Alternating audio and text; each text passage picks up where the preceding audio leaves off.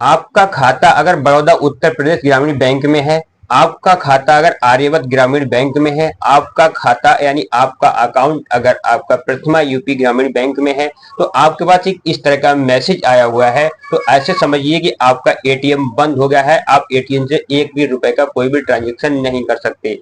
आपका आधार कार्ड से पैसे निकालना बिल्कुल भी बंद हो चुका है। आप एक भी रुपए का आप बैंक से लेन देन नहीं कर सकते। जितना पैसा आपका अकाउंट में था वहीं का वहीं रुका रहेगा। आप कोई भी पैसा आप अकाउंट से नहीं निकाल सकते।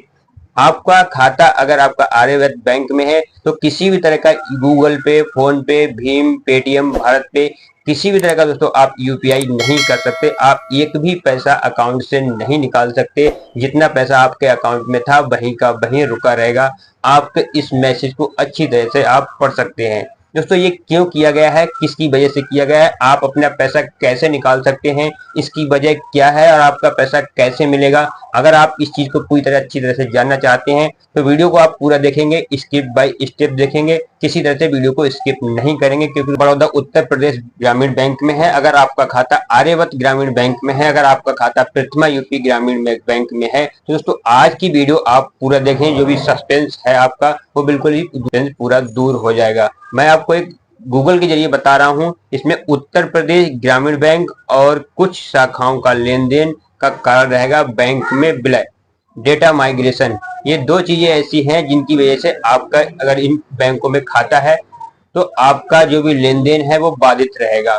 आपका यूपीआई, एटीएम, बैंक की पासबुक, जो भी आपका लेना देना है वो सारा कुछ आपका बंद रहेगा। इसमें यूपी बड़ौदा उत्तर प्रदेश ग्रामीण बैंक विलय होकर उत्तर प्रदेश ग्रामीण बैंक बन गया है, इसलिए विलय का डाटा को नए सिस्टम में फीड करने के लिए कुछ दिनों तक बैंक की सेवाएं बाधित रहेंगी।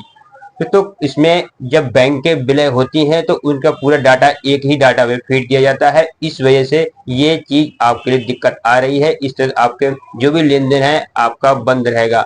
आप एटीएम से ट्रांजेक्शन करते हैं अभी आपका बिल्कुल भी नहीं हो सकता। अगर आप आधार कार्ड से पैसे निकालते हैं आप बिल्कुल भी नहीं निकाल सकते। आपका दोस्तों अगर आप चेक से किसी तरह से इन बैंकों से ट्रांजेक्शन करते हैं तो अभी पूरी तरह से वो बंद है। आप इन तीन बैंकों का किसी भी तरह से कोई लेन देन अभी नहीं कर सकते हैं। तो सबसे बड़ी दिक्कत इसमें ये थी, प्रथमा यूपी ग्रामीण बैंक और बड़ौदा उत्तर प्रदेश ग्रामीण बैंक, इनमें सबसे बड़ी दिक्कत ये थी इनका आईएफएससी कोड पूरे स्टेट का एक ही था। जब आप अकाउंट में पैसा ट्रांसफर करते तो उसमें दिक्कत आ जाती थी, इसका संच कौन सी है, कहाँ का ये खाता है, इसमें पता नहीं लग पाता था। क्योंकि इसमें इन दो बैंकों का ऐसा सिस्टम था कि एक ही पूरे स्टेट का आईएफएससी कोड था, जिससे पैसा डालने में काफी ज्यादा दिक्कतें होती थी। इसलिए दोस्तों इसके ये सारे की सारी बैंकें छोटी छोटी ही एक ही बैंक में विलय कर दी गई हैं।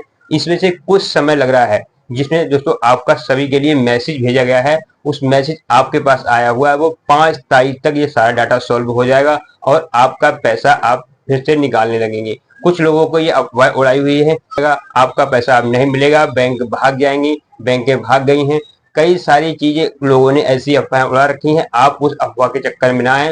दोस्तों मात्र 4 या 5 तारीख तक आपका सारा लेन देन सुचारू रूप से चालू हो जाएगा। क्योंकि दोस्तों अभी 4-5 दिन की छुट्टी भी है, आपका 1 अक्टूबर की छुट्टी, 2 अक्टूबर की छुट्टी, 3, 4, 5 तक छुट्टियां चल रही हैं। इसी बीच बैंकों अपना जितना भी काम है सारा काम निपटा कर और 6 या 5 तक आपका सारा डाटा सुचारू रूप से चालू कर देंगे और आप पैसे का जैसे लेन देन कर रहे थे वैसे ही आप कर पाएंगे। आपका एक भी पैसा इधर से उधर कहीं भी नहीं होना है। आपका जो भी पैसा है वो आपको पूरा मिलेगा। मुख्य कारण बैंक का विलय, उत्तर प्रदेश और आर्यव्रत बैंक, प्रथमा बैंक और आपका बड़ौदा उत्तर प्रदेश ग्रामीण बैंक का विलय करके एक नया बैंक उत्तर प्रदेश ग्रामीण बैंक बनाया गया है। इन तीनों बैंक के लिए एक ही बैंक का एक बैंक बना दिया गया। छोटी छोटी बैंकें थी, इनका एक बैंक बना दिया गया है उत्तर प्रदेश ग्रामीण बैंक। डेटा माइग्रेशन, पुराने सिस्टम को नए सिस्टम में माइग्रेशन करके इसका डाटा स्थानांतरण करके फीड करने के लिए कुछ दिनों तक बैंकों की सेवाओं को रोकना पड़ सकता है। क्योंकि दोस्तों जब भी पुरानी बैंक का डाटा उठाकर नई बैंक में लगाया जाएगा, तो कुछ ना कुछ तो समय चाहिए होगा। इसलिए दोस्तों आपका कुछ ना कुछ समय आपके बैंक लेती हैं, जिससे आपको कुछ दिन की दिक्कत आ सकती है। और आगे आने वाले समय फिर आपको कोई दिक्कत नहीं रही। आप जैसा पैसा अपने निकालते थे एटीएम से, पासबुक से या अपना यूपीआई से, जैसे भी आप चलाते थे, आपको कोई दिक्कत नहीं रहेगी और आप निकाल सकते हैं। अस्थायी रोक, डेटा माइग्रेशन के दौरान शाखाओं को कुछ दिन तक बैंक का लेन देन बाधित रहता है। जब डेटा माइग्रेशन होता है तो आपका कुछ दिन के लिए बैंक का बिल्कुल भी लेन देन बंद कर दिया जाता है। और जब डेटा सही तरह से फीड हो जाता है, या जैसा डेटा जिसका था सारा डेटा लेकर फीड कर दिया जाता है, फिर आपका जो भी सिस्टम है सारा चालू कर दिया जाता है। ये है प्रक्रिया 2025 में शुरू हुई, 3 बैंकों का विलय किया गया है। 2025 से दोस्तों प्रक्रिया चल रही है। और दोस्तों अभी पिछले 19 और 20 यानी 2 दिन आपका बाधित रहा था, ये पैसा आपका नहीं निकला था सितंबर में, 19-20 सितंबर के आसपास, और 17-18-19-20 तक ये काफी दिक्कतें रही थी। इसलिए मैसेज आया हुआ था इसी तरह का। दोस्तों अब फिर एक मैसेज आया हुआ है, इस वजह से आपकी बैंक बाधित हो रहा है आपका लेन देन। सिर्फ इसकी वजह है डेटा माइग्रेशन, बैंकों का विलय। ऐसे ही कुछ पहले ये काम हुआ था, ऐसे कुछ अब काम बैंकों में हो रहा है, इस वजह से आपका ये पैसा लेन देन बंद है। किसी भी तरह की आपको कोई भी डरने की दिक्कत नहीं है, कोई जरूरत नहीं है। किसी भी तरह का आपको इससे कोई दिक्कत नहीं होने वाली है, ना ही आपका पैसा कहीं जाने वाला है। सिर्फ बैंकों का विलय हो रहा है, इसलिए आपका लेन देन इसमें बाधित हुआ है। तो दोस्तों अगर किसी तरह की आपको दिक्कत कोई भी आती है तो आप बैंक से हेल्पलाइन नंबर से बात कर सकते हैं, बैंक जाके बात कर सकते हैं।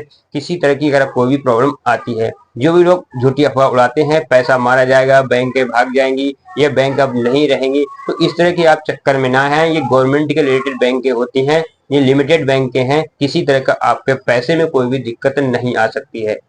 आशा करता हूं दोस्तों अब आप समझ गए होंगे कि आपके अकाउंट का पैसे की रोक क्यों लगाई गई है, और आपको किसी भी तरह की कोई भी दिक्कत नहीं आने वाली है इस रोक लगाने से, इस मैसेज से। काफी ज्यादा दोस्तों इधर उधर की बातें की गई हैं लोगों ने। अब आप किसी भी तरह से कोई भी अफवाह में नहीं आएंगे दोस्तों। ये सिर्फ मात्र 4 या 5 अक्टूबर तक आपका अकाउंट होल्ड रहेगा। किसी भी तरह का कोई ट्रांजेक्शन आप नहीं कर सकते, सिर्फ 3 बैंकों से। आप बड़ौदा उत्तर प्रदेश ग्रामीण बैंक, और दोस्तों आपकी प्रथमा यूपी ग्रामीण बैंक, और आपकी आर्यव्रत ग्रामीण बैंक, तीनों बैंकों को एक ही बैंक में विलय किया जा रहा है। इसलिए दोस्तों विलय होना फीड किया जाता है, उस फीड की वजह से कुछ दिन के लिए ट्रांजेक्शन रोके जाते हैं। जितना ट्रांजेक्शन होता है आपका जो भी डाटा है अलग फीड किया जाएगा। जब फीड हो जाएगा तो दोस्तों सारा जैसे ही आप काम चलता था सारा काम आपका चालू हो जाएगा। आप एटीएम से भी पैसे निकाल पाएंगे, आप आधार कार्ड से भी पैसे निकाल पाएंगे, आप अपना यूपीआई भी, चाहे आप गूगल पे, फोन पे, भारत पे, पेटीएम कुछ भी यूज करते हैं, आप बड़ी आराम से जैसे आप पहले यूज करते थे कर पाएंगे। दोस्तों किसी भी तरह की कोई भी दिक्कत आपको इससे नहीं आनी है, ना ही किसी के उतार या चढ़ाव में आपको आना है कि आप पैसा आपका डूब जाएगा, पैसा नहीं मिलेगा, बैंक भाग जाएंगी। किसी तरह का कोई भी इससे कोई दिक्कत आपको नहीं आने वाली है। दोस्तों जानकारी अच्छी लगती है तो दूसरों को शेयर जरूर करेंगे, क्योंकि दोस्तों जो भी लोग इस अफवाह में बैठे हुए हैं, इनका पैसा नहीं निकल रहा है, वो काफी ज्यादा परेशान है, उनकी परेशानी का हल निकलेगा।